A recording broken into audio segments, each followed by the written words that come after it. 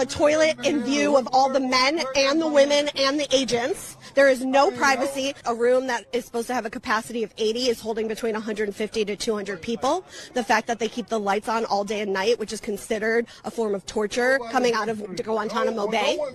People are supposed to be able to sleep. The fact that they keep them in their clothes for several days. They don't, in Department of Corrections, they give you clothing, because you're not supposed to be in the same clothing for several days. There are no working showers in there. They have no blankets, no pillows. They are using aluminum blankets that some of them get, right? And then when someone leaves, all of a sudden they can use their blanket. And they also feed them, depending on their mood, anything from a piece of bread with mayonnaise on it, a single tortilla, or a small Subway sandwich. They give them bottles of water, sometimes 8 ounces, sometimes 16, and they have to decide if they want to use that water to drink or to wash their bodies. They get no toothpaste, they get no toothbrushes, no soap, any kind of sanitizer, no medications. They beat the shit out of these people in the street, and then they bring them in there and they throw them in a room with no medical attention. They break their ribs, they hit their faces, nothing. It's egregious. And anybody who is in that building and has seen what they do is complicit and has no humanity and no conscience left. Because I don't give a shit what you tell yourself at night. If you can see how those people are being treated less than human,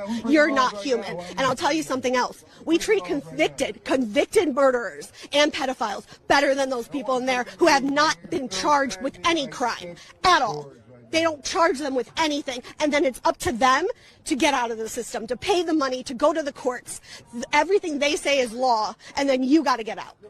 It's unconscionable, and the reason that they do it is so they can get their deportation numbers, so that Trump can put them up and say that he did something better than Obama. I can't even get into the fact that being unlawfully present is a civil offense that has no criminal charges, not a misdemeanor, it's not a felony, and that in order to charge them with a misdemeanor, they have to have proof that the person illegally entered the country, which most of the times you don't have, because 40% of the people here came on visas and overstayed. So they don't apply under that. Second of all, that law has a 5-year statute of limitation. So for the people who've been here for 20 years, there's no way they could charge them with that misdemeanor. There's no way, which means that they are civilly being held, and their punishment is just deportation. That's it.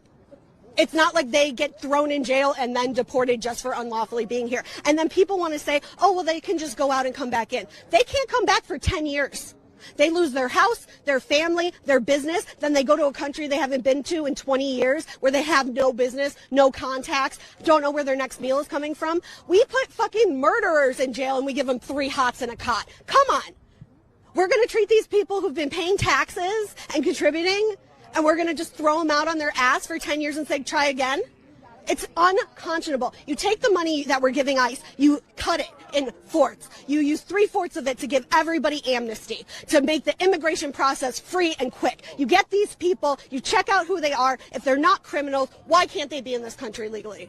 Because we make money off of them not being legal. We get to pay them lower wages. We like the fact that they're not legal because they can't exercise their rights like the rest of us can. If I was actually able to talk to ICE, I would do what I do. I take the court documents, the documents that were filed by the human beings that were inside that facility about their experiences that they justify or they testified to in a court of law. Okay? And I read that to them, and I read it to the officers, because if they're going to stand here being complicit, do it 10 toes down.